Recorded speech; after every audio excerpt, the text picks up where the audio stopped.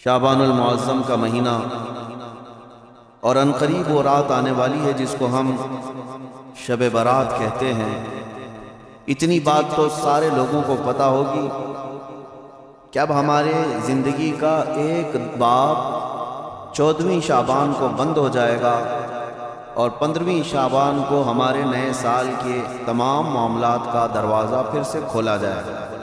اس رات کو اللہ تعالیٰ فرشتوں پر تمام معاملات کا حکم نازل فرماتا ہے کہ فلاں بندے کے ساتھ سال بھر میں کیا کیا ہونا ہے، یہاں تک کہ یہ تک حکم آ جاتا ہے کہ کتنے لوگ پیدا ہوں گے اور کتنے لوگ دنیا سے جانے والے ہیں۔ لیکن اس سے پہلے کہ ہمارے اعمال جو پیش ہوں گے اللہ کی بارگاہ میں سال بھر کے، اس سلسلے میں تو اب ہم غور کر سکتے ہیں۔ زندگی کے آخری وقت جو اعمال ہیں انہی کا اعتبار ہے۔ میرے آقا صلی اللہ تعالیٰ علیہ وسلم نے ارشاد فرمایا، اللہ تعالیٰ نے کسی کو جنتی لکھا ہے کسی کو جہنمی، لیکن ہوتا یہ ہے کہ ایک بندہ نیک کام کر رہا ہے زندگی بھر، اچھے اعمال کرتا رہتا ہے، لیکن اس کے متعلق لکھا گیا کہ جہنم میں جانے والا ہے۔ ہوتا کیسے؟ فرمایا گیا موت کے آنے سے چند دنوں پہلے یا چند لمحوں پہلے وہ ایسے گندے کاموں میں مصروف ہو جاتا ہے جو جہنم کی طرف لے جاتے ہیں، انہی کاموں میں اس کی موت ہوتی ہے اور خاتمے پر ہی سب کچھ دار و مدار ہے، پھر اسے دوزخ کی طرف لے جایا جاتا ہے۔ اور کسی کے متعلق اللہ تعالیٰ نے جنتی لکھا ہے جبکہ اس کے کام برے تھے۔ فرمایا گیا کہ وہ برے کاموں میں مصروف تو رہتا تھا لیکن موت سے پہلے اچانک وہ اللہ کی طرف آ گیا، یہ محافل میں بیٹھنے لگ گیا اور اسی اثنا میں اس کی موت ہوئی، تو آخر میں جو کچھ کرتا تھا اسی کا اعتبار کیا جائے گا اور اسے جنت بھیج دیا جائے گا۔ میرے عزیزوں، اب 15ویں شعبان سے پہلے اس سال جو کچھ بھی گزرا ہے اس پر اب ایک دروازہ بند ہوگا اور اللہ کی بارگاہ میں اس سال کی کتاب پیش ہوگی، یعنی شمسی سال کے اعتبار سے، انگریزی مہینوں کے اعتبار سے 2022 اور 23 انکم ٹیکس کا حساب ایسے ہی چلتا ہے، 20-21 21-22 22-23، اس طرح سے آپ کا 22 اور 23 کا حساب 4 دن کے بعد اللہ کریم کی بارگاہ میں جانے والا ہے۔ ہو سکے تو جیسے ہمارے بزرگوں کا معمول ہے، ہم 14 شعبان کو بھی 15 شعبان کو بھی روزہ رکھ لیتے ہیں۔ وجہ کیا ہے؟ بعض لوگ خامخواہ ہم سے بحث کر رہے ہیں، اس کی دلیل کہاں ہے، اس کی دلیل کہاں ہے، یہ کہاں سے ثابت ہے، وہ کہاں سے ثابت ہے، ان کو شب برات کے روزوں کے متعلق بڑی عجیب سی بات ہے۔ بات صرف اتنی سی ہے کہ ہماری تمنا یہ ہے کہ ہمارے اعمال جب اللہ کی بارگاہ میں جا رہے ہوں 14 شعبان کو، اس وقت بھی ہم روزے کے عالم میں ہوں، اور جب ہمارا نیا سال شروع ہو رہا ہو اس وقت بھی ہم روزے کے عالم میں ہوں۔ کیا یہ بہتر طریقہ نہیں ہے؟ اسی لیے بزرگوں کا معمول رہا کہ اس سال جو بھی چلا، جیسا بھی گیا، گزرا تو ہے، لیکن اخیر وقت کچھ ایسے اعمال کر لو کہ اللہ کی بارگاہ میں جب یہ پیش ہوں تو تمہارے لاسٹ امپریشن کو دیکھا جائے، تمہارے آخری اعمال کو دیکھا جائے کہ آخر میں یہ کیا کرتا تھا۔ اللہ نے قرآن میں فرمایا ہے، دوڑو اللہ کی طرف، ففروا الی اللہ، اللہ کی طرف دوڑے دوڑے آ جاؤ، سابقوا الی الخیرات، نیکیوں کی طرف دوڑ بھاگ کرو، جتنا ہو سکے بھاگو۔ صحابہ کرام رضوان اللہ تعالیٰ علیہ مجمعین میں اس بات کا تو کمپٹیشن ہوتا تھا، وہ نیکیوں میں سبقت لے جانے کے لیے ایک دوسرے کے آگے بڑھنے کی کتنی تمنائیں کرتے ہیں۔ سیدنا ابو بکر صدیق اور حضرت عمر فاروق رضی اللہ تعالیٰ عنہ کا معمول یہ تھا کہ حضرت عمر کہتے ہیں میں ڈھونڈ ڈھونڈ کر کے مدینے میں کچھ ایسی نیکی کرنا چاہتا تھا جو ابو بکر نہیں کرتے، کہیں پر بھی ان کے برابر ہو جاؤں یا ان سے آگے بڑھ جاؤں۔ بڑی مشکل سے حضرت عمر کو ایک گھر ملا، ایک بوڑھی عورت جس کا کوئی نہیں رہتا تھا۔ حضرت عمر نے طے کر لیا کہ اس کے بیوہ عورت ہے، اس کے گھر کا سارا کام میں کر دوں گا، کسی کو پتہ بھی نہ چلے۔ وہ فجر میں نماز کے بعد جا کر دیکھے تو اس عورت کا سارا گھر کا کام پہلے سے کیا ہوا، دوسرے دن آ کر دیکھے وہی حال تھا۔ حضرت عمر کہتے ہیں تیسرے دن میں اذان فجر سے پہلے ہی چھپ کر دیکھنا شروع کیا کہ آخر اس کے گھر کا کام کرتا کون ہے۔ کہا ایک چادر اوڑے ہوئے ایک شخص آیا، گھر میں داخل ہوا، جھاڑو لیا، جھاڑنے لگا، ساری چیزیں ڈھنگ سے رکھنے لگا، اذان ہونے لگی، وہ اس عورت کے گھر سے باہر نکلنے لگا۔ حضرت عمر کہتے ہیں میں قریب جا کر چادر ہٹایا تو ابو بکر صدیق تھے۔ حضرت عمر کہتے ہیں میں کبھی آگے بڑھ ہی نہیں سکتا، میں جہاں کوشش کرتا ہوں اس سے پہلے حضرت ابو بکر پہنچے ہوئے ہوتے۔ جب آپ کی خلافت کا وقت تھا تب آپ نے اعلان کیا حضرت عمر فاروق نے، کوئی ایسی نیکی جو ابو بکر کرتے تھے اور میں نہیں کر رہا ہوں تو لوگوں مجھے بتا دو تاکہ میں برابر ہو جاؤں۔ کسی ایک صاحب نے کھڑے ہو کر کہا حضرت ابو بکر جب خلافت کرتے تھے ان کے زمانے میں وہ سب کے حقوق ادا کرتے، لیکن روزانہ وہ دوپہر کے وقت اپنے ہاتھ میں توشادان لے کر جنگل کی طرف جاتے اور پتہ نہیں کسی کمزور یا کوئی معذور یا محتاج کو کھلا کر آتے، لیکن ہمیں یہ نہیں معلوم کس کو کھلاتے تھے۔ یہ حضرت ابو بکر کا معمول تھا۔ دوسرے دن حضرت عمر نے اپنے گھر سے توشادان لیا، روٹی سالن اور لے کر اسی جنگل کی طرف چل پڑے۔ وہاں کس کو کھلاتے تھے کیا پتہ، دن بھر ڈھونڈتے رہے، کوئی ملے، کوئی نہیں ملا۔ شام کا وقت قریب آ رہا تھا، ایک پہاڑ کی چوٹی میں ایک غار سے کسی کے ذکر کرنے کی آواز آ رہی تھی۔ دوڑ کر جا کر دیکھا کہ کوئی ہے یہاں پر مجبور۔ جیسی غار کے اندر نظر پڑی تو دیکھا ایک ایسا شخص بیٹھا ہوا ہے جس کے ہاتھ بھی کٹے ہیں، پیر بھی کٹے ہیں اور آنکھوں سے بھی بینا نہیں ہے، اندھا ہے، نابینا ہے۔ اتنی معذوری کے عالم میں اگر کوئی بیٹھا ہوا ہے اور غار میں، تو حضرت عمر کہتے ہیں مجھے تو یقین ہو گیا کہ یہی وہ بندہ ہے جس کو حضرت ابو بکر کھلائے گا۔ حضرت عمر کہتے ہیں میں گیا، چپکے سے جا کر بیٹھ گیا، میں نے آواز بھی نہیں کی تاکہ اس اندھے شخص کو یہ معلوم بھی نہ ہو کہ کون کھلانے آیا ہے۔ آپ نے روٹی توڑ کر سالن میں بھگوئی اور اس اندھے کو منہ میں روٹی رکھی۔ جیسے ہی اس کے منہ میں روٹی کا ٹکڑا گیا وہ چیخ کر کہتا ہے آنے والے، کیا ابو بکر کا انتقال ہو گیا؟ کون آیا ہے آج کھلانے کے لیے؟ حضرت عمر کہتے ہیں تو اندھا ہے، نابینا ہے، تجھے کیسے خبر کہ آنے والا ابو بکر نہیں ہے؟ وہ کہتا ہے اس لیے کہ ابو بکر کو پتا تھا میرے منہ میں دانت نہیں ہے، وہ اپنے منہ سے چبا کر میرے منہ میں روٹی ڈالتا تھا۔ آج تو نے پوری روٹی اٹھا کر ڈالی تو مجھے سمجھ میں آ گیا کہ آنے والا ابو بکر نہیں ہے، کوئی اور آیا۔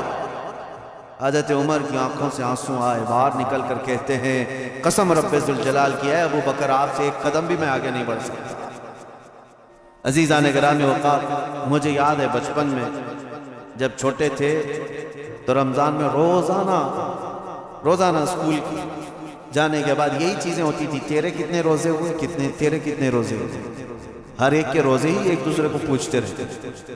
لیکن آپ ہو سکتا ہے آپ کے ساتھ بھی ایسا ہوتا رہا ہوگا، سارے دوست جیسے 10 رمضان آ گئے، 15 رمضان آ گئے، ہر ایک کو پوچھتے رہتے کتنے ہوئے، کسی کے 7 ہوئے، کسی کے 10 ہوئے، کسی کے 12 ہوئے، اور کوئی کہتا ہے پورے ہوئے، اب تک کے پورے ہوئے۔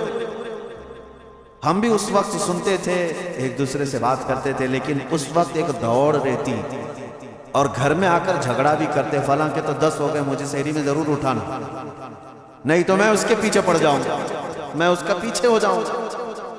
تو یہ دوڑ کہاں سے آئی؟ یا آپسی ماحول سے ہی آئی۔ یہی انوائرمنٹ ہم چاہتے ہیں کہ نیکیوں میں سبقت لے جانے کا انوائرمنٹ ہو جائے، ماحول ایسا ہو، دوڑ لگے صرف رمضان میں نہیں، تلاوت قرآن میں بھی۔ صحابہ کے درمیان یہی ماحول تھا۔ حدیث پاک میں ملتا ہے صحابہ کرام مسجد نبوی میں جمعہ کی نماز کے لیے جو آتے، پہلی صف کا ثواب ہے نا، حضور پاک صلی اللہ تعالیٰ علیہ وسلم نے صرف ایک بار یہ ارشاد فرمایا کہ اگر میں تمہیں بتا دوں کہ پہلی صف میں نماز پڑھنے کا ثواب کیا ہے تو اس پہلی صف میں آنے کے لیے تم سب آپس میں تلوار بازیاں کرنے لگ جاؤ گے، جنگ ہو جائے گی تمہارے درمیان۔ تو حضور پاک صلی اللہ علیہ وسلم نے اتنا فرمایا تھا، لیکن تلواریں تو نہیں نکلتی تھی صحابہ کی۔ لیکن جمعہ کی نماز کے لیے جو صحابہ مسجد نبوی میں آتے تھے، جانتے ہیں وہ کب آتے؟ فجر کی نماز میں آ جاتے۔ جو فجر کی نماز میں حاضر ہوا اسے جمعہ کی نماز پہلی صف میں ملی۔ یہ دوڑ تھی۔ میں اکثر ان بزرگوں کی تاریخ پڑھتا بھی ہوں اور ان کی کتابیں مجھے بڑی پسند بھی ہیں، یا ان کی صحبت مجھے بہت اچھی لگتی ہے جو کثرت سے میرے آقا صلی اللہ تعالیٰ علیہ وسلم کے کمالات کا ذکر کرتے ہیں۔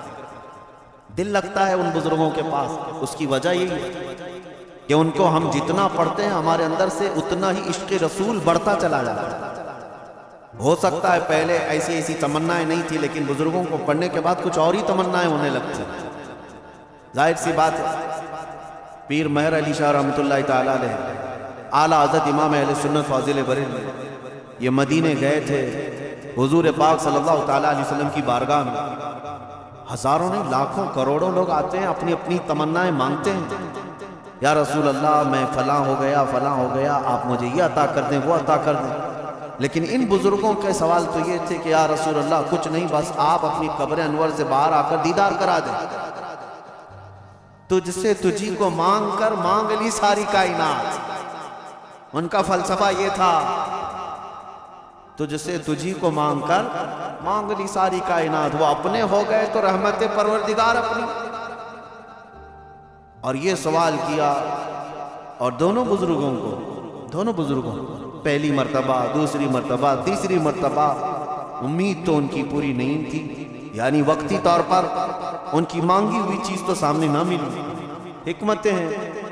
دوسرے دن اعلیٰ حضرت فاضل بریلوی نے بھی اپنے ماتھے کی آنکھوں سے جلوہ رسول کو دیکھا.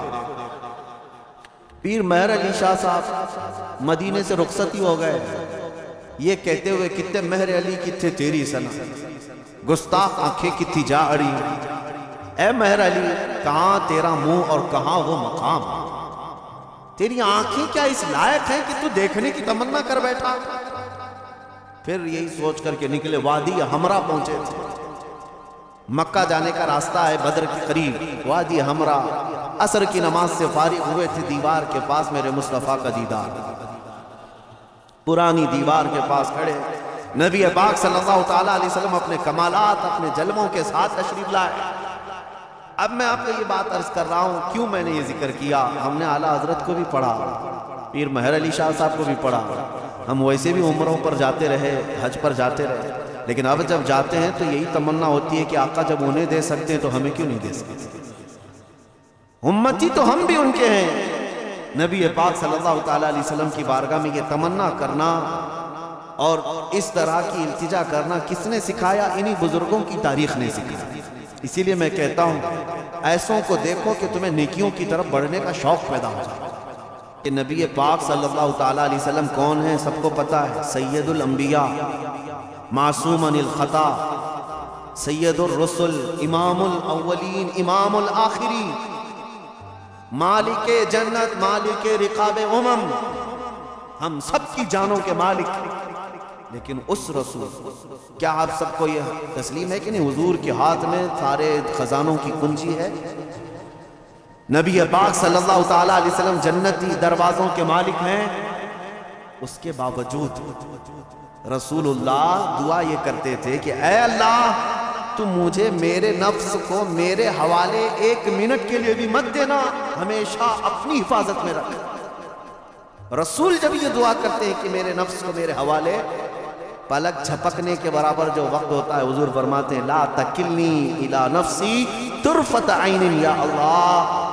اے اللہ پلک جھپکنے کے برابر کا جو وقت ہوتا ہے اتنے وقت کے لیے بھی میرے نفس کو میرے حوالے مت کرنا. اے اللہ تو ہمیشہ اپنی حفاظت میں رکھ. اب اس سے آپ امپورٹنسی سمجھو، اندازہ کرو کہ جو سید الاولین والآخرین یہ کہتے ہو کہ ایک منٹ کے لیے بھی مجھے دنیا کے حوالے نہ کر، تو پھر ہمارا اور آپ کا حال کیا ہونا چاہیے؟ اگر ہم چند دنوں کے لیے دنیا کے حوالے ہو گئے تو ہمارے اوپر کیا کیا ہتھ کنڈے نہیں آئیں گے. یہ تو غنیمت ہے میرے عزیزوں. ہم ہفتے میں ایک مرتبہ محفل ذکر کر رہے ہیں. ہونا تو یہ چاہیے کہ جتنی مسجدیں ہیں سب کے دروازے کھلے اور جس طرح جمعہ میں لوگ کثرت سے حاضر ہوتے ہیں محفل ذکر میں بھی حاضر ہو کر اپنے دلوں کے زنگ کو دور کیا. آپ کو بتاؤں رسول پاک صلی اللہ تعالیٰ علیہ وسلم کی حدیث ہے. میں اب گفتگو کلوز کرتا ہوں قریب. الدنیا جیفت و طالبها الکلاب. دنیا مردار کی طرح ہے اور اس کا طلب کرنے والا کتے کی طرح ہے. کبھی آپ نے سوچا کتا کہنا گالی ہے؟ گالی ہے؟ سنو گے کسی سے کہ تم کو کوئی کتا کہہ دے؟ نہیں. یہ اور بات ہے کہ ہم نسبت جب کسی بلند جگہ سے کرتے ہیں تو کتا بھی افضل ہوتا ہے. اگر ہم دربار رسول کا کتا کہتے تو یہ گالی نہیں، یہ فخر کی بات ہے. لیکن ویسے اگر آپ کو کتا کہہ دیا تو برا لگتا ہے. کیوں برا لگ رہا ہے؟ جبکہ آپ کو اگر پوچھیں تو آپ خود ہی کہیں گے کتا بڑا وفادار ہوتا ہے. اس کے اندر تو ایک کوالٹی ہے، کتا اپنے مالک کو چھوڑتا نہیں. کتا اپنے مالک کے دوستوں پر بھونکتا نہیں، کتے کو دو نہ دو دروازہ چھوڑتا نہیں، اتنی اچھی اچھی کوالٹیز اس کے اندر ہے، تو کتا تمہیں کہے تو برا کیوں لگ رہا ہے؟ لیکن بہت اچھی بات ایک دانشور نے کہا ہے، کتا کہنے سے آپ کو تکلیف کیوں ہوتی ہے؟ میں بتاتا ہوں۔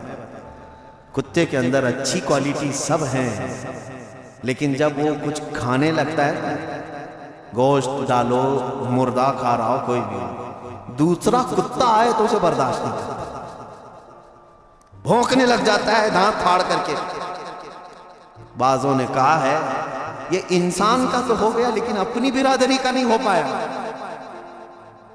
یعنی اپنے بھائی کو برداشت نہیں کیا۔ ارے انسان تو دوسرا ہے، اس کی جنس کا تھوڑی نہ ہے۔ جینڈر میل کھاتے ہیں کیا کتے کے اور انسان کے؟ نہیں ہے، لیکن کتے کی یہی عادت خراب ہے کہ وہ اپنے بھائی کو اپنے کھانے میں برداشت نہیں کر پاتا۔ اسی وجہ سے رسول پاک صلی اللہ علیہ وسلم نے فرمایا دنیا کا طلبگار کتے کی طرح۔ 4-5 دن باقی رہ گئے ہیں 15ویں شعبان کو، اور اس سال کا چیپٹر کلوز ہونے جا رہا ہے۔ ہمارے سارے اعمال اللہ کی بارگاہ میں پیش ہوں گے، فرشتے لے کر کے جائیں گے، مولا پچھلے سال 15ویں شعبان سے لے کر اس سال کے 14 شعبان تک ان لوگوں نے یہ سارے کام کیے۔ اب تمہیں پتہ ہے، اللہ کو پتہ ہے کیا کیا کیے۔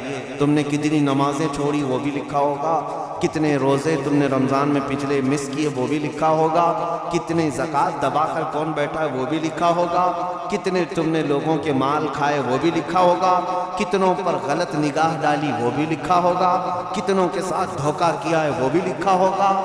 یہ تمام چیزیں تو اس میں لکھی ہوئی ہیں، اور اسی حالت میں اب یہ جانے والے فرشتوں کے ہاتھوں اللہ کی بارگاہ میں۔ وہ اللہ کے فرشتے لا یعصون اللہ ما امرہم ویفعلون ما یؤمرون۔ اللہ نے جس بات کا انہیں حکم دیا اس میں ایک رتی برابر وہ نافرمانی نہیں کرتے، جس بات کا انہیں حکم دیا گیا وہی کرتے ہیں۔ وہ اپنی ڈیوٹی کے پکے لے کر جائیں گے، ابھی سب کے اعمال لے کے جائیں گے۔ پیچھے گھوم کر کے دیکھ لو سال بھر میں کیا کیا کیے ہو، تمہیں اچھی طرح سے معلوم ہو کس مہینے میں کیا کیا عمل ہوئے ہیں۔ بھول جاتے ہو تو یہ اور ایک بڑا عذاب ہے۔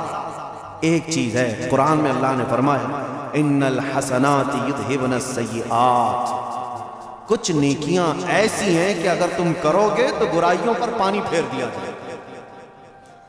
رپورٹ تو وہ لے کر ہی جائیں گے، لیکن 4 دن میں کچھ ایسا کرو کہ اس رپورٹ کے اوپر صرف اور صرف تمہاری نیکیاں ہی درج ہوں، باقی سارے گناہ ویسے ہی مٹا دیے۔